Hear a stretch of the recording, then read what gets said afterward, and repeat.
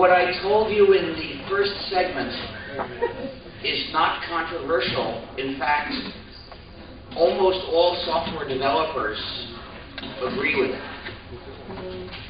Now I'm going to start telling you some of my views that are controversial.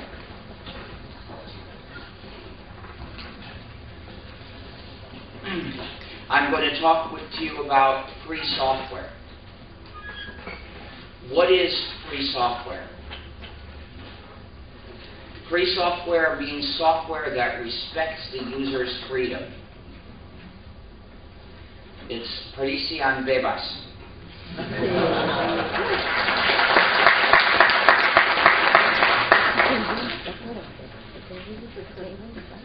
So think of free speech, not free beer.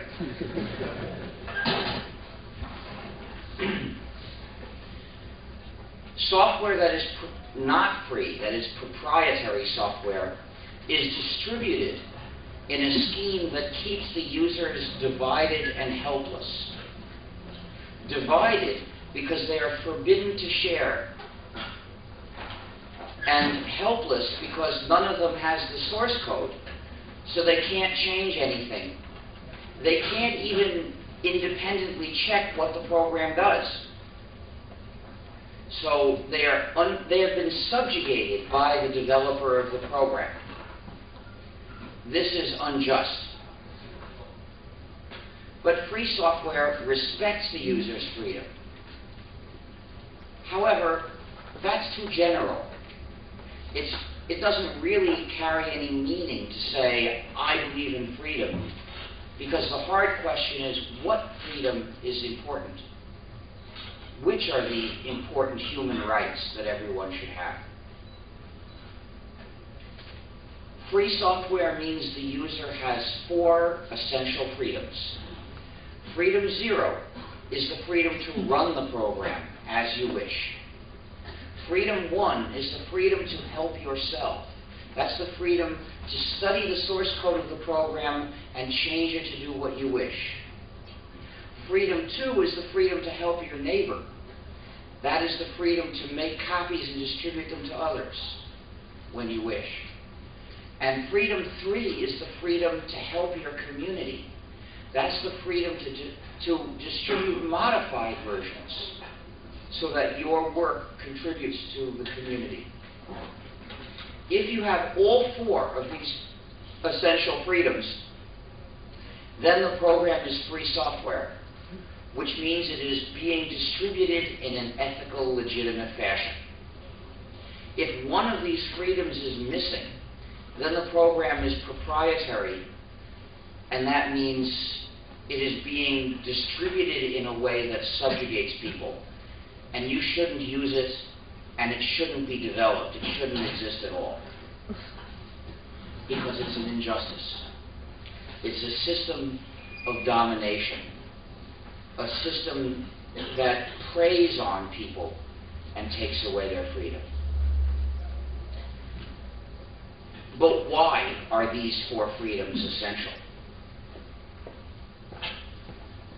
Freedom 2, the freedom to help your neighbor, the freedom to distribute copies to others, is essential for basic ethical reasons. If you use a program that does not have freedom 2, then you are in danger of falling into a moral dilemma at any moment when your friend says, that's a nice program, could I have a copy? What are you going to do then? You're going to be forced to choose between 2 evils. One evil is to give your friend a copy and violate the license of the program. The other evil is to deny your friend a copy and comply with the license of the program. Once you're in the dilemma, you should choose the lesser evil. The lesser evil is to give your friend a copy and violate the license of the program.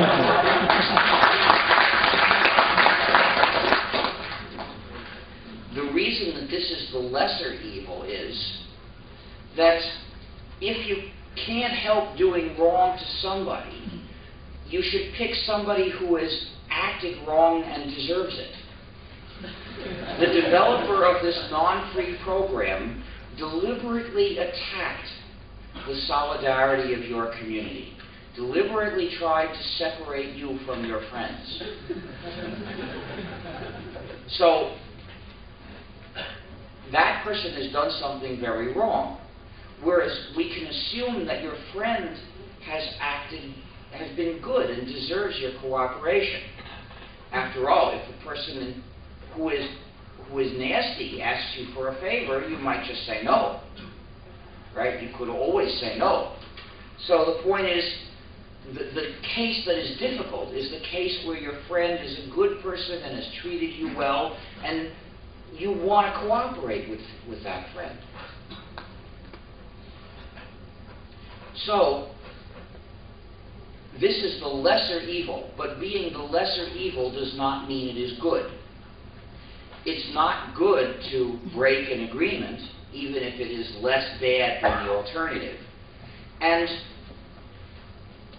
in addition, it's not good to have or distribute a non-free program.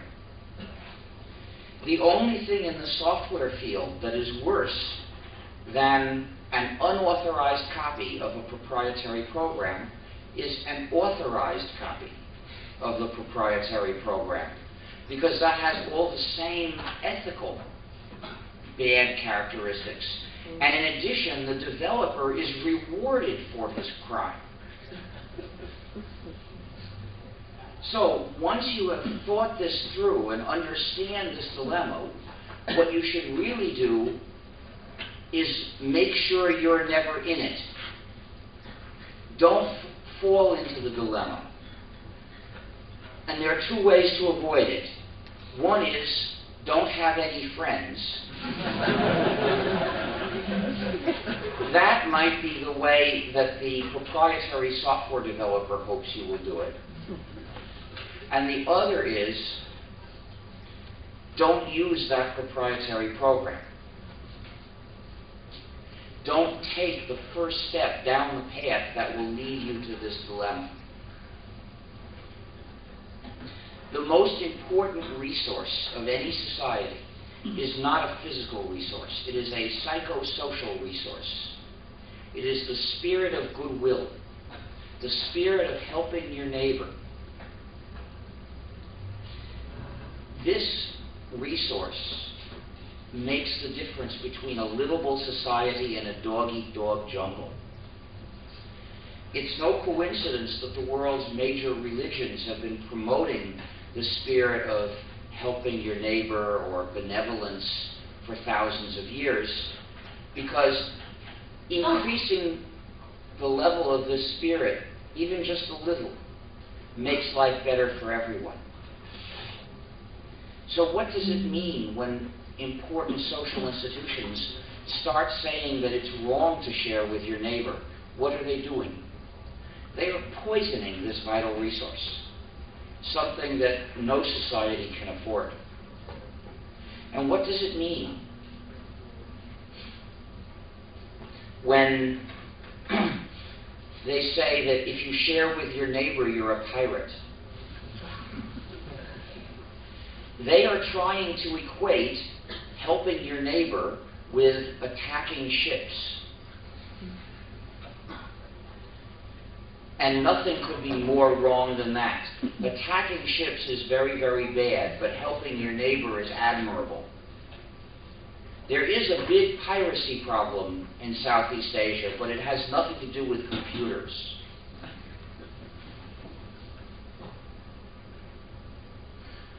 And what does it mean when they impose harsh punishments of years in prison for sharing with your neighbor? How much fear is it going to take before your neighbors and your friends are too scared to cooperate with you, or before you're too scared to cooperate with them? What kind of society is that? So that's the reason for freedom number 2, the freedom to help your neighbor, the freedom to make copies and distribute them to others. Freedom zero is necessary for a different reason, to have control of your own computer. It may be hard to believe, but there are non-free programs that even restrict how you can run them. They restrict who can run them on your computer, or how many people can run them on your computer, or how often you can use them, or what you can use them for. And obviously, this is not having control of your computer. So freedom zero is essential. But it's not enough, because that just means you're free to do the various things that the developer already chose for you. So the developer is still in control of what you can do and what you can't. In order to really have control of your own computer, you need freedom one, which is the freedom to help yourself, the freedom to study the source code and change it to suit your needs, to do what you wish. With freedom number one, you control what the program does. The developer doesn't control your computer anymore. If you don't have freedom number one, you can't even tell what the program is actually doing. It's not unusual for proprietary programs to have malicious features designed to spy on the user, annoy the user, interfere with the user, or even attack the user. Spyware is very common. Proprietary programs that report on what you were doing. One proprietary program that spies on the user that you may have heard of is called Windows XP. When the user of Windows XP, I won't say you because I'm sure you wouldn't use a program like that. When the user searches for own files for some word, Windows sends a message to Microsoft telling Microsoft what the word was, what the user searched for. And when Windows XP asks for an upgrade, it reports to Microsoft all the software installed on the machine. So these are two different spy features. It's conceivable there are more, but these are the two that we know of. But spyware is not limited to Windows.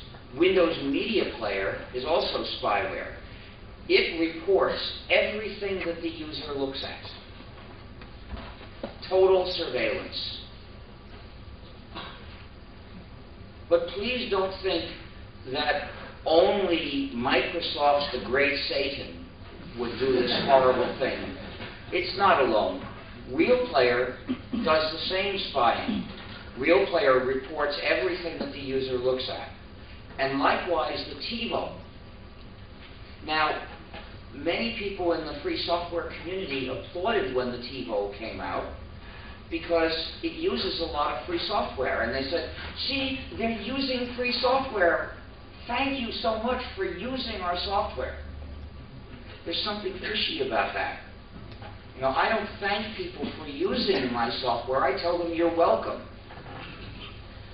I expect them to be grateful more or less if they think about it. But why should I be grateful to them because they made use of my work? I thank people when they contribute to the free software community. They're welcome to benefit, but I don't thank them for benefiting.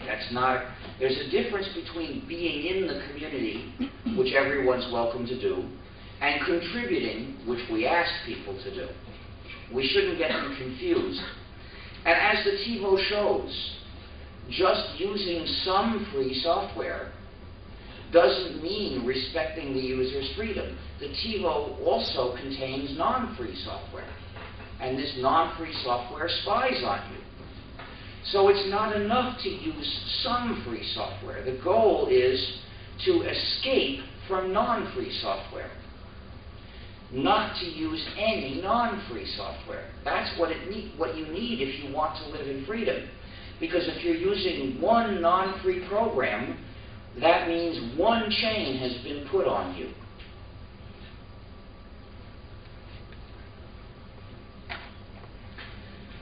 But malicious features don't stop with spying. There are also features to change the configuration of the machine.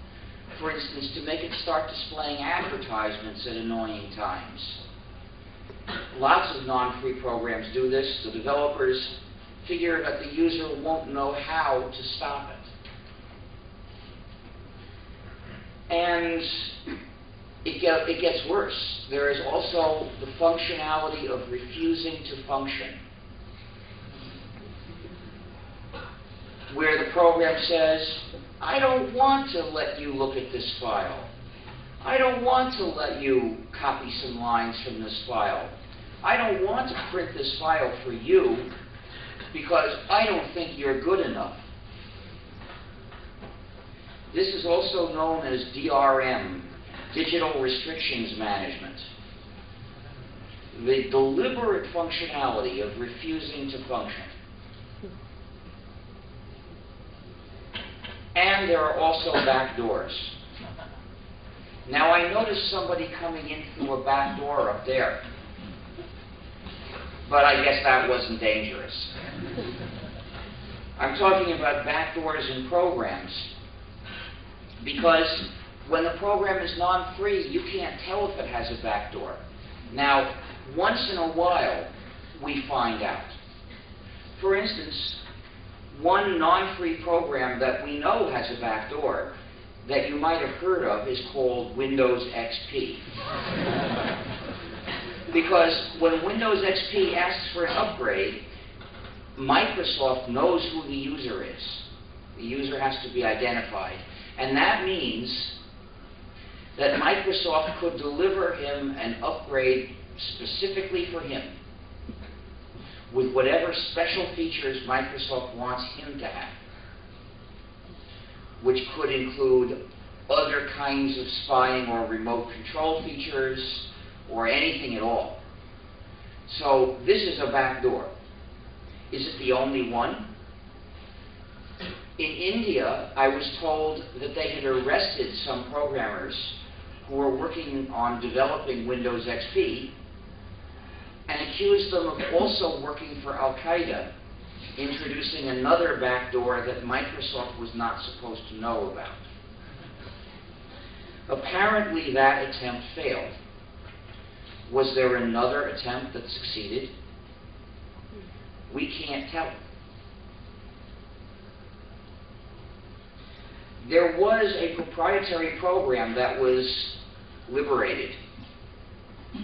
And once it was free software, people looked at the source code and they saw that it had a back door in it. It had had a back door presumably for years. But when it was proprietary, nobody could tell this. They could only tell once the program was free. Of course, at that point, the back door was immediately removed.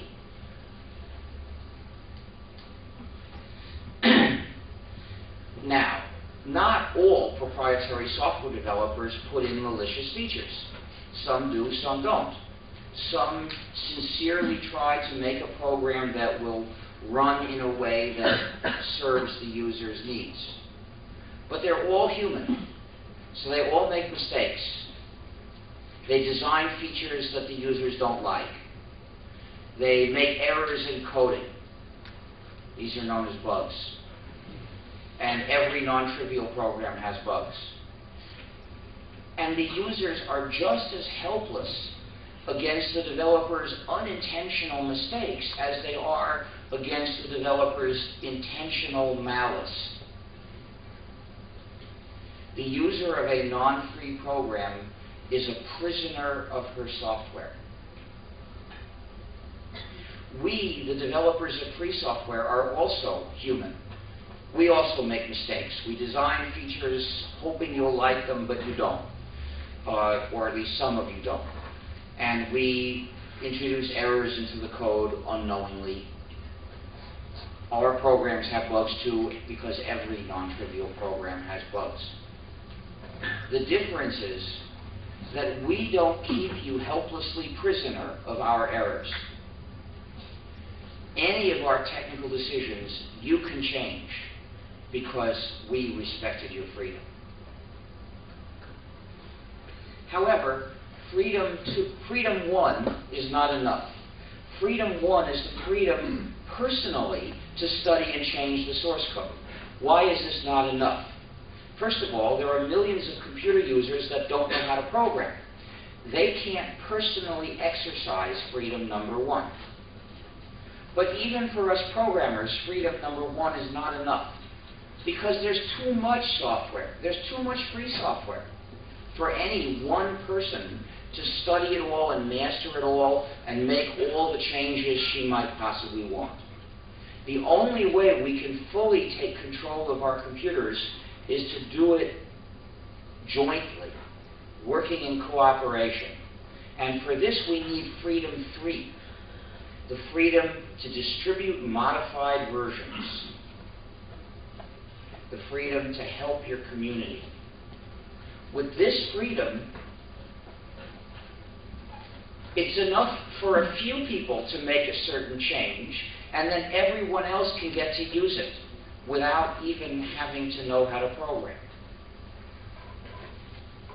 So suppose there are 1 million people who want a certain change in a particular free program. By chance, a few thousand of them will know how to program. And one of these days, a few of them will make that change, and they will publish their modified version, and all those 1 million people will see it, and they'll switch to it. And if it's a really popular change, all the versions of that program that are in use will incorporate that change. And in a year or so, you won't even have to make a decision to get that change, because you'll just get it, always.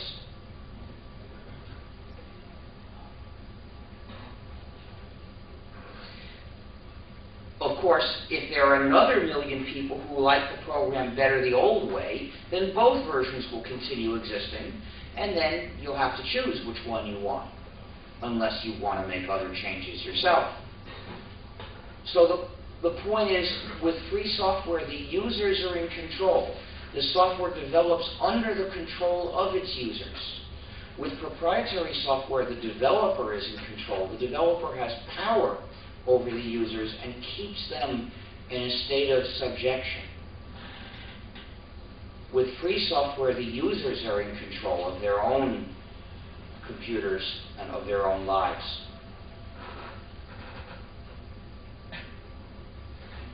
But suppose there are just 1,000 users who want a certain change, and none of them knows how to program. That could happen. So they can still get the benefit of the 4 freedoms, even though they're not capable of directly exercising them. But not all of them. Because after all, every user is capable of running the program, and every user is capable of copying the program. You don't have to know how to program to do those, to exercise freedoms 0 and 2. But you do have to know how to program to exercise freedoms 1 and 3. But these 1,000 people who don't know how to program, but they want a certain change, can get the benefit of freedoms 1 and 3 without exercising them themselves. Here's how. One of them can post an announcement saying, "Is there someone else who would like this change?"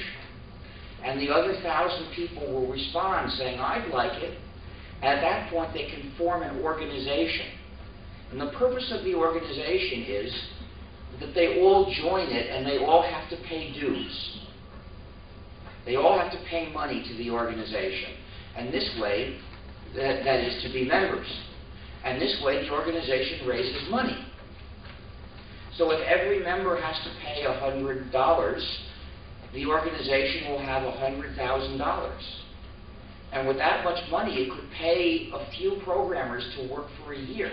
So it could make a very big change.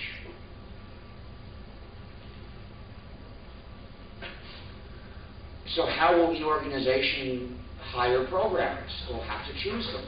It can ask some programmers, a team of programmers, can you do this? Can you make this change? And if so, when could you do it and how much will you charge? And then it can ask some more programmers, what will you charge? When can you have it done? And then it can hire whoever it wants. And this illustrates the fact that free software means there's a free market for support of all kinds. Support for a proprietary program is normally a monopoly, because only the developer has the source code, so only the developer can make whatever change. Some of the developers tell the users, pay us and we'll listen when you report the problem. And if the user does this, the developer says, thank you, in 6 months there will be an upgrade. Buy the upgrade and you'll see if we fixed this problem, and you'll see what new problems we have in store for you. But with free software, anyone who has the program can study the source code, master it, and begin offering support. So there's a free market for support. And this means that for organizations such as government agencies, which consider good support to be very important and are willing to pay for it, in general they can get better support for their money through the free market of support for free software. Now, this leads to something that's paradoxical. Normally we think that when there's a choice between products to do the same job, then there's no monopoly. But when there's a choice between proprietary programs, that's a choice between monopolies. If the user chooses this proprietary program, the support for it afterwards is this monopoly. If the user chooses this proprietary program, the support for it afterwards is this monopoly. So it's a choice between monopolies. And this illustrates a more general principle.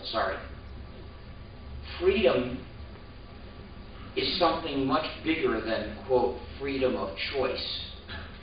It's a mistake to reduce freedom to so-called freedom of choice. Freedom means having control of your own life.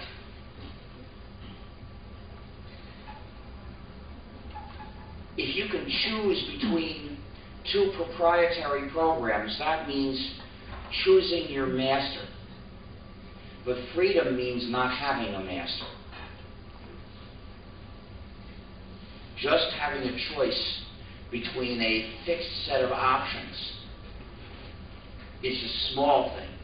Freedom is much bigger than that. So I've explained the reasons why these 4 freedoms are essential, so that people can be free members of a community where they're free to do what they want on their own and free to cooperate as well. These 4 freedoms are the freedoms that every software user should always have. And the purpose, the aim of the free software movement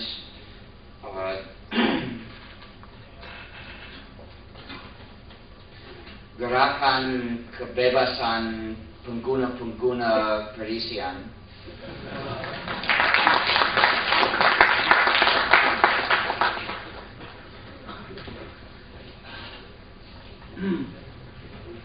is to bring this freedom to computer users.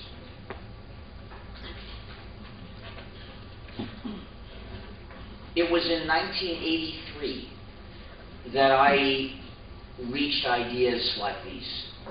I didn't formulate them yet in the same way, but it was pretty much the same idea. I decided I wanted to create a community where people could use computers in freedom. But how could I do that? At the time, I was just one man with a few friends who sympathized somewhat. Obviously, we were never going to be able to convince governments to change their policy. Not the few of us that there were, no matter how long we tried. And we also, those few of us, couldn't convince companies to start respecting people's freedom. But I realized that there was something that I could do. Because there was something that I was good at, and that was developing software. In fact, my specialty was operating system software. And I realized the first thing we needed was an operating system. because the computer won't do anything without an operating system. And that was the big obstacle. You see, all the operating systems for modern computers in 1983 were proprietary.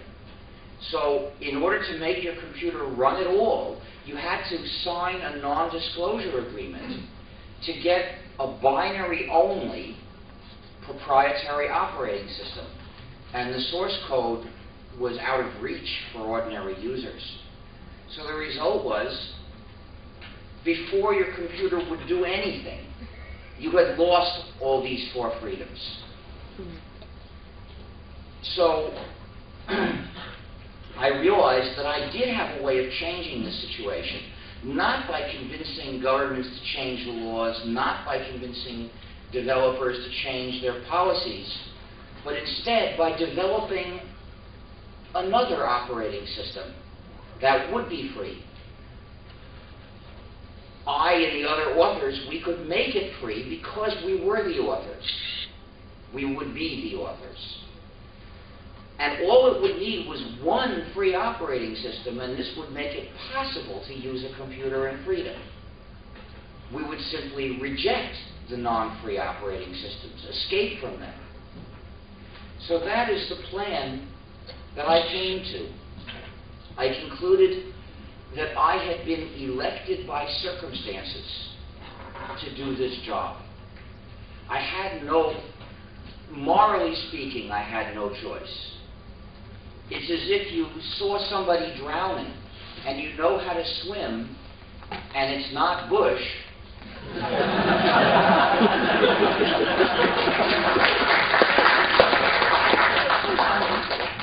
You have a moral duty to save that person.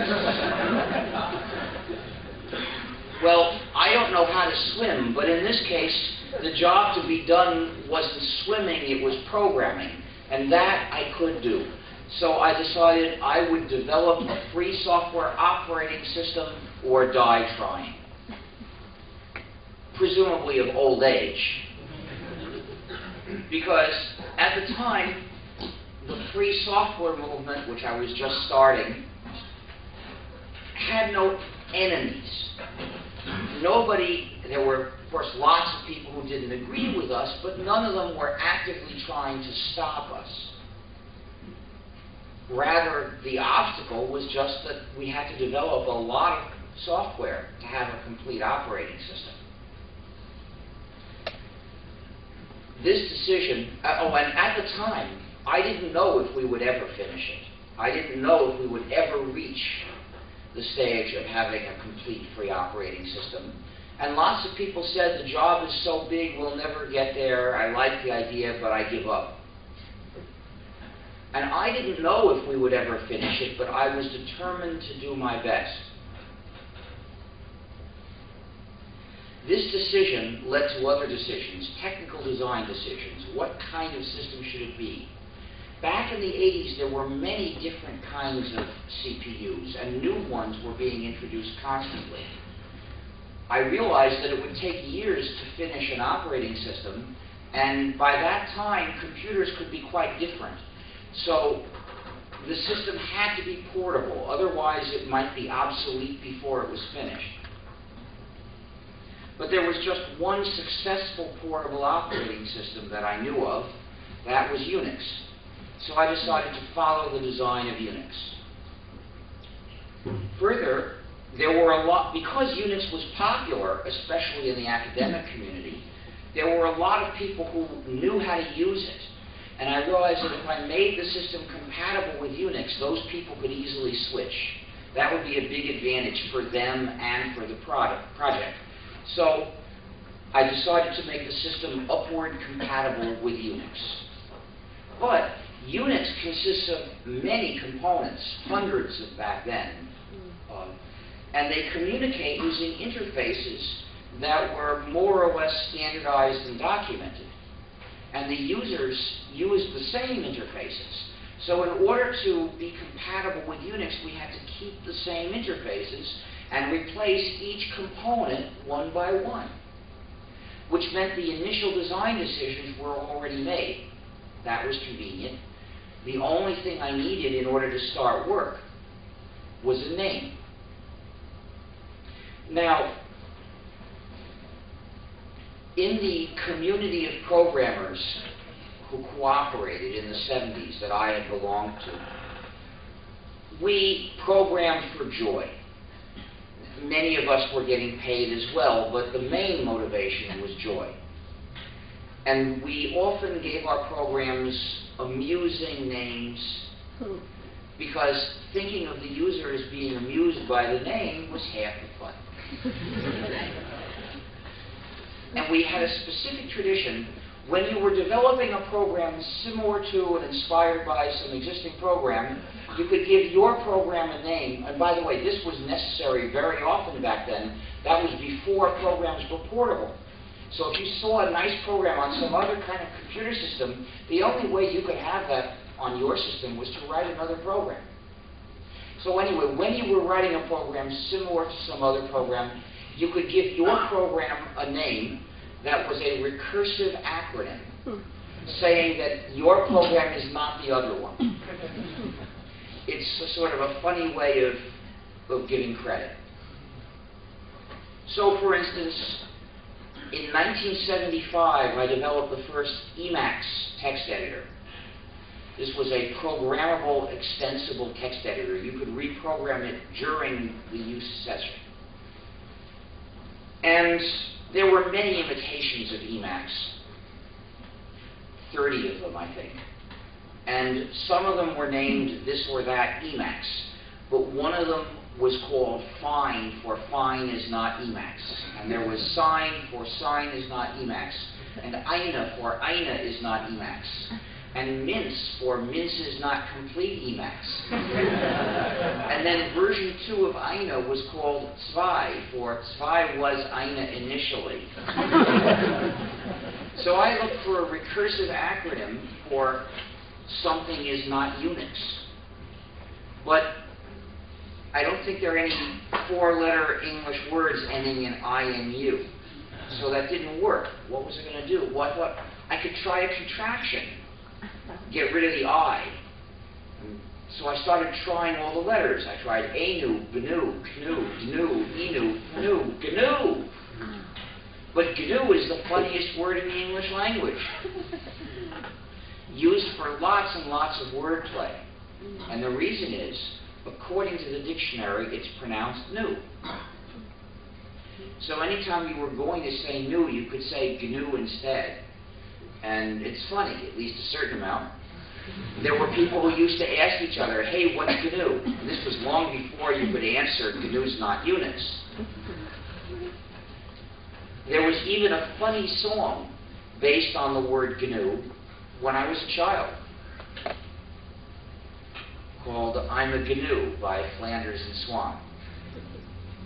So, with so much humor attached to this word, I couldn't resist. However, when it's the name of our operating system, please do not follow the dictionary. If you talk about the new operating system, you'll get people very confused. You see, we've been working on it for almost 22 years now, so it's not new anymore. But it still is and always will be GNU, no matter how many people pronounce it Linux by mistake.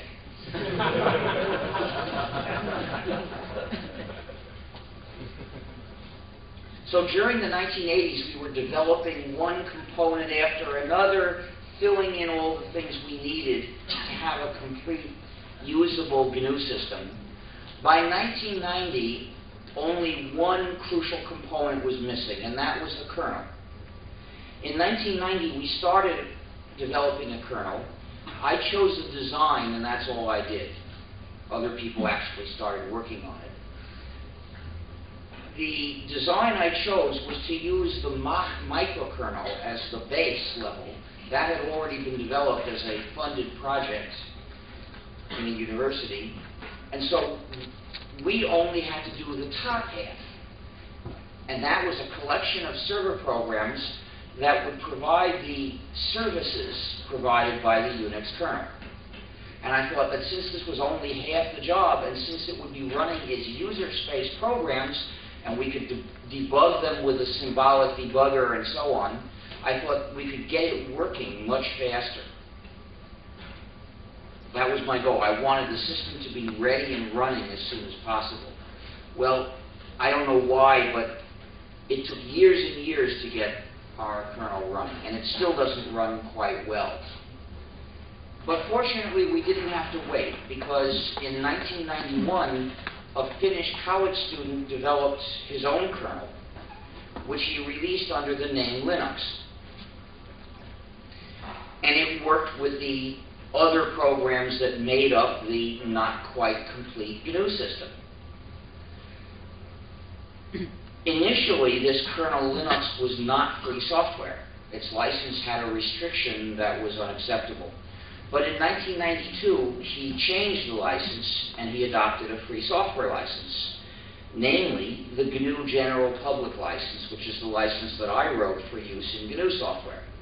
It's not the only free software license. There are probably dozens of different free software licenses in use, but it's the most common one. Almost 3/4 of all free software packages use the GNU GPL, and one of them is Linux, the kernel. So at that point, Linux being free, the combination of the incomplete GNU system and the kernel Linux made a complete system. And thus, our goal that I had set out almost a decade before had been reached. And it was possible for the first time to use a PC in freedom, to use a PC without non-free software.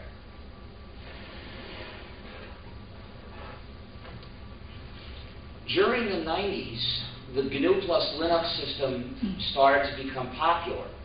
People discovered that it worked very reliably, and it was powerful and efficient, and of course, since you didn't have to pay a fee for permission to run it, it was also cheap to operate. And it was also fun to hack on, so it was cool.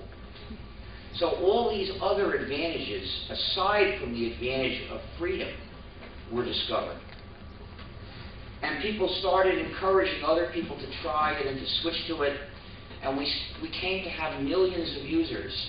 And most of them were talking about how powerful and reliable and cool it was, and they were not talking about freedom. So the goals, the ethical issues of freedom, freedom to have a community, freedom to cooperate with your fellow beings, began to be almost forgotten even in our own community. And then in 1998, some of the people who didn't agree with us on that issue formed another way of talking about the field. They coined the term open source. And they did it specifically so that these ethical ideas of the free software movement would not be mentioned and would not be heard. Many of the people who advocate open source contribute to the free software community. Most open source programs are also free software. Not all of them. There are some open source licenses that don't qualify as free software. They're too restricted. But those are few, and they are rarely used. Most of these programs are free software. So most open source developers are developing free software. They're contributing to our community in a practical way. But we need also another kind of contribution, because freedom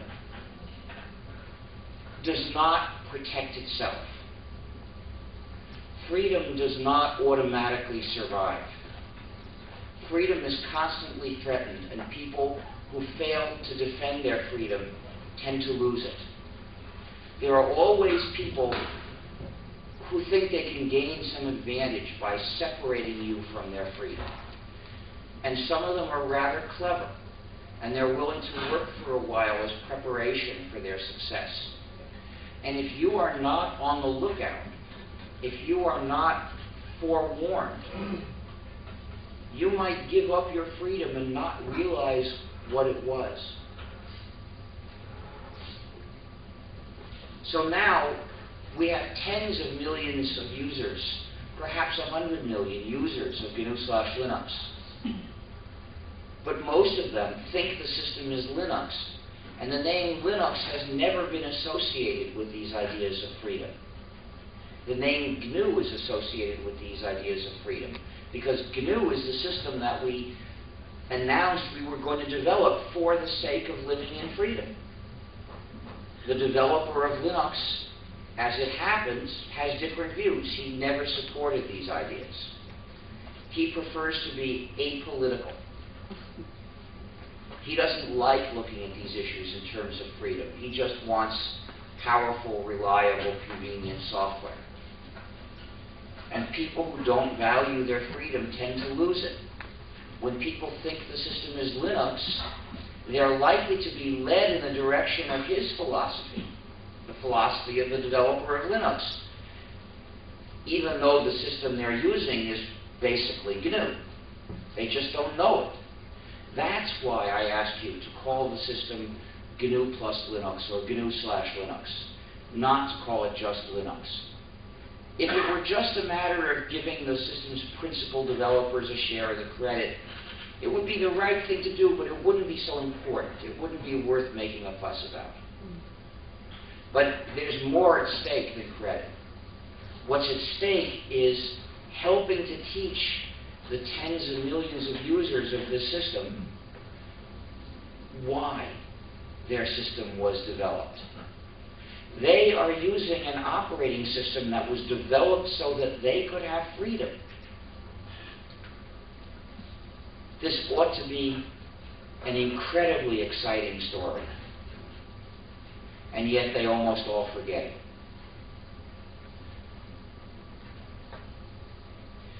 And so they think that the system is Linux and that it was developed by a college student in Finland who simply wanted to learn and have fun. Now, there's nothing wrong with wanting to learn and have fun. I'm sure every free software developer, or nearly every free software developer, is at least partly motivated by having fun. I certainly am and was. But that's not enough by itself. We have to value freedom or we'll lose it. And this is also why I insist that my speeches must be labeled as free software, not as open source. Now, I must say that the presentation that we had previous to mine laid out very clearly the ideas of open source. And you can see that the ideas of the free software movement were not there. So this is a perfect illustration of what I'm telling you about the difference between free software and open source. Wasn't enough time. Well, as you notice, this is what I say first. And if I have 5 minutes to speak, what I speak about is the 4 essential freedoms and why they're important. I sometimes do have only 3 minutes to speak or only 2 minutes to speak. And this is what I tell them. So I leave out other things. There's no such thing in the free software movement as not having time to tell people about freedom. You know, when I have 1 minute to speak, I explain that these 4 freedoms are like the freedoms that cooks have in using recipes. Because, well, why would I have just 1 minute? Because it's for television. So most of the television viewers know how to cook.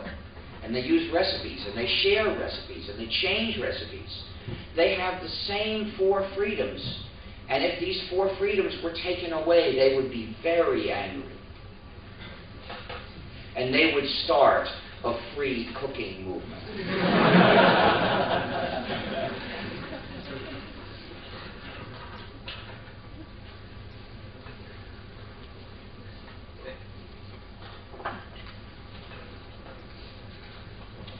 So, you might think that we have been tremendously successful. After all, there may be 100 million people using free operating systems. There are thousands of free application programs. The free software directory, which you can find in directory.gnu.org now lists 4,200 free software packages that are useful and run on the GNU/Linux system. But when you look at it compared with what we need to achieve, which is the liberation of cyberspace, we have a long way to go. There are hundreds of millions of users of proprietary operating systems. Some of the people who use GNU/Linux also use proprietary operating systems. And many of them have non-free application programs or non-free drivers installed. So they are not, even the ones who are using only GNU/Linux are not necessarily entirely free. So we have a considerable amount of work to do.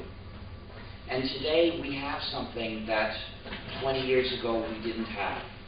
We have enemies, powerful enemies. Mega corporations like Microsoft and their pet government in Washington. The US government actively tries to pressure other countries to be Microsoft customers. Actively tries to pressure other countries to allow patents of software ideas. Actively tries to pressure other countries to prohibit free software that can do things like play a DVD. There is free software that can play a DVD.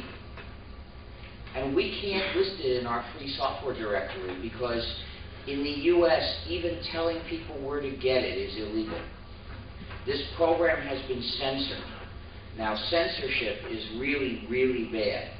And the US practices censorship of software for the sake of the movie companies and the record companies, of course. The US is supposed to be a democracy, but in practice, it's really a corporatocracy. Governments of the people, by the flunkies, for the corporations.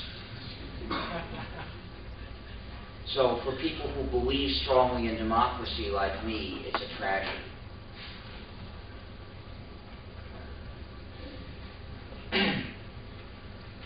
So we have a lot of work to do, and nowadays it's not enough just to do. Yes, we still have work to do of developing more free software, but it's harder than that. For instance, we need to develop free drivers to run all the various kinds of hardware that's out there. And how do we do that when the manufacturers won't give us the specs? We have to do reverse engineering, which can be a lot of work. This is one reason why we may be a year or two behind in or even longer in developing free drivers to do the job. So one thing that the government of Malaysia could very usefully do is pass a law saying if you sell computer hardware in Malaysia, you must provide the customers with the complete specs. The purchaser must get the specs and they must not be a trade secret. What? So this would be quite effective at helping the free software community worldwide, because I think a lot of companies would decide that they'd rather publish their specs and sell in Malaysia than leave this market. And then we'd get the specs and we'd write the free drivers. We don't ask those companies to write the drivers for us. There are plenty of people in our community who can write drivers. We just ask them to tell us what commands we have to send. And meanwhile, in order to put pressure on these companies in another way, the Free Software Foundation now has pages describing which hardware works or doesn't work with free software. You can find this on fsf.org. We only have a few such pages for a few categories of hardware. We're looking for people who want to maintain other such pages for us. If you're interested in doing this, please send me email, rms@gnu.org. So this is one problem we're trying to solve. Another problem we're trying to solve is the problem of platforms, such as Sun's Java platform, which are non-free. People have this idea that Java is platform independent, and that Java is a good language to write in. So they write their free software in Java, and then they find that it only runs with Sun's Java platform, which means that we in the free world can't run it, because we can't install Sun's non-free Java platform. We can't install any non-free program.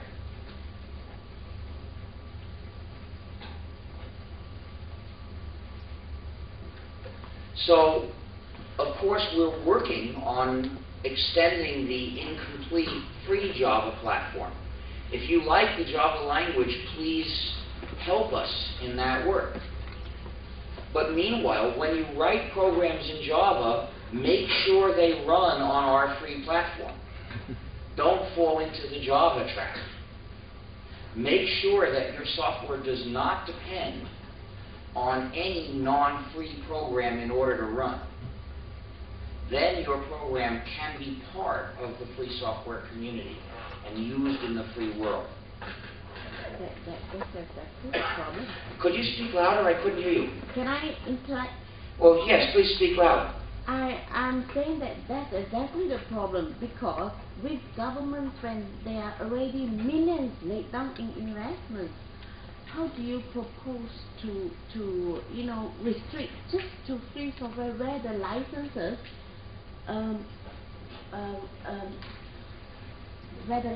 mandate you to the freedom number 3 mandates redistribution of the modified. Actually, it doesn't.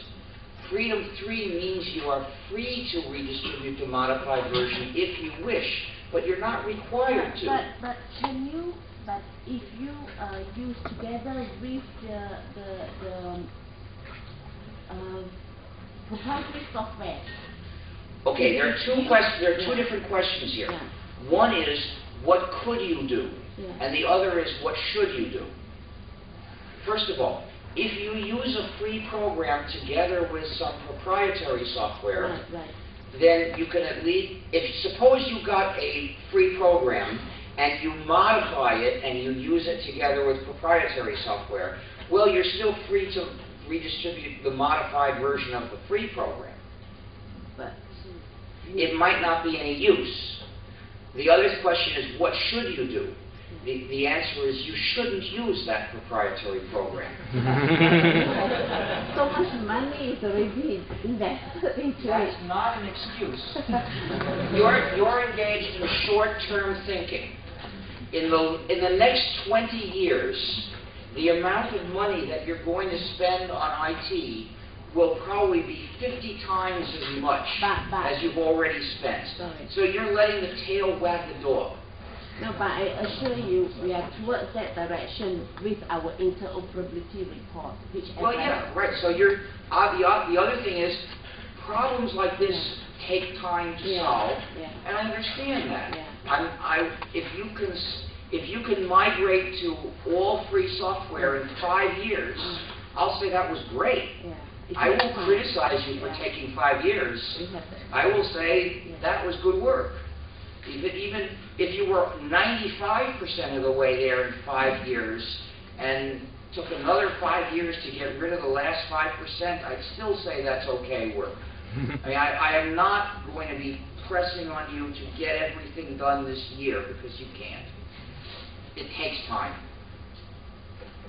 That's not the issue. Okay, there's one other point. If you take a GPL-covered program and modify it so that it is intimately combined with non-free software, indeed, you wouldn't be able to distribute that modification at all. Well, actually, If anything, if you take any free program and you modify it by merging it with non-free code, I mean, you can do that privately, but you can't distribute the results because it's non-free. But you know, that's not really heading in the right direction. What you're trying to head for, I believe, is to get rid of that non-free code, and then it will all be free, and then you can release it. And it may take a few years before you get around to getting rid of that particular piece of non-free code, but we can wait a while.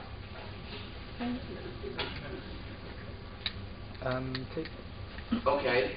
Wait, how long? Is it dead already? 1 minute. Okay, switch it now.